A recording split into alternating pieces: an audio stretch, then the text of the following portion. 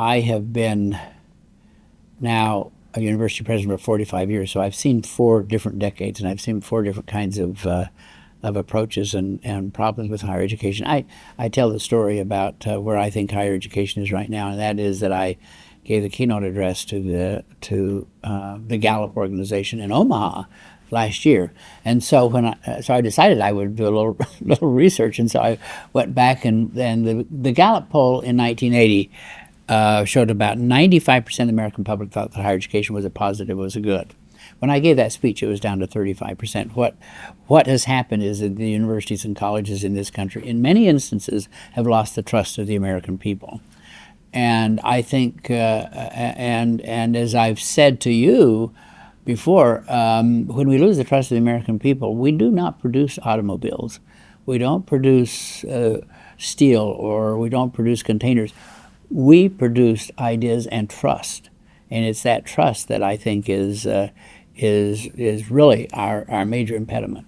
And so we have to reimagine the university right now. We have to regain trust. There's the RE word. There's a lot of REs here.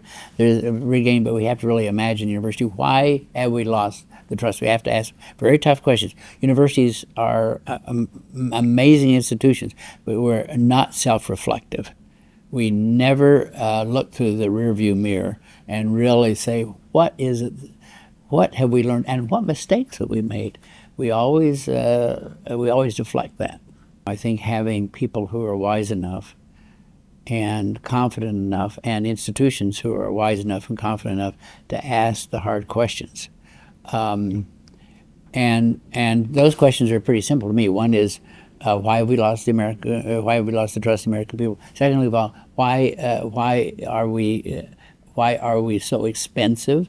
What do we do about the financial cost of families? Third, why are we losing so many students out of the higher education project, if you want to call it that?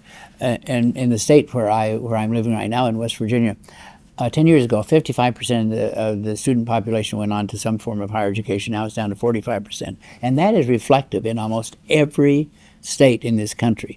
So we're losing the talent, not only because now we have a demographic cliff on top of it, but we're losing people who just simply do not believe that higher education is of value. And so we need to really tell great stories about why we're valued and should be valued, but we also need to make certain that we are valued. And it's gaining the trust of the American people through embedding in their hearts and minds the really good things that we're doing every day. But the truth of the matter is our universities are really institutions of broad-based intellectual power.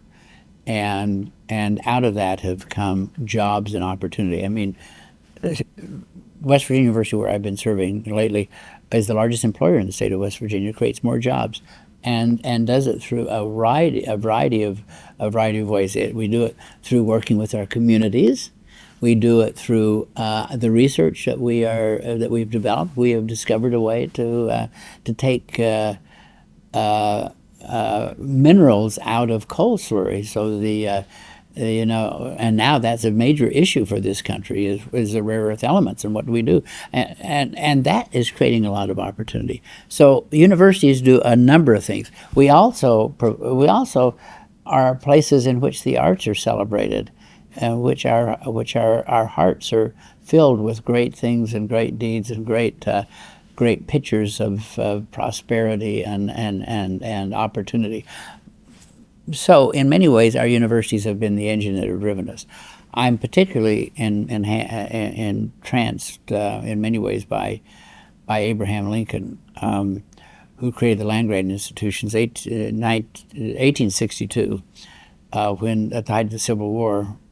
A young farmer senator from Vermont came to me and said, "Hey, listen." And now I wasn't there. Some people think I was. I did attend his inauguration. But anyway, what Justin Morrell said to me, he said, this simply is not a war about slavery. It is a war about access to education.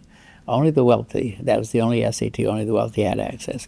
And so they created these land-grant institutions, of which Arizona State itself is very much in that quadrant, because it is an institution that was built to serve people.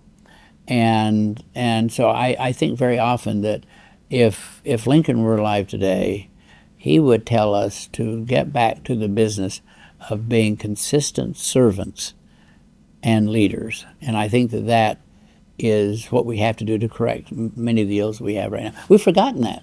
We've become arrogant, we've become isolated, we think that we're the smartest people in the room. If we're the smartest people in the room, we're in the wrong room. And so we really do need to change the arc of that conversation.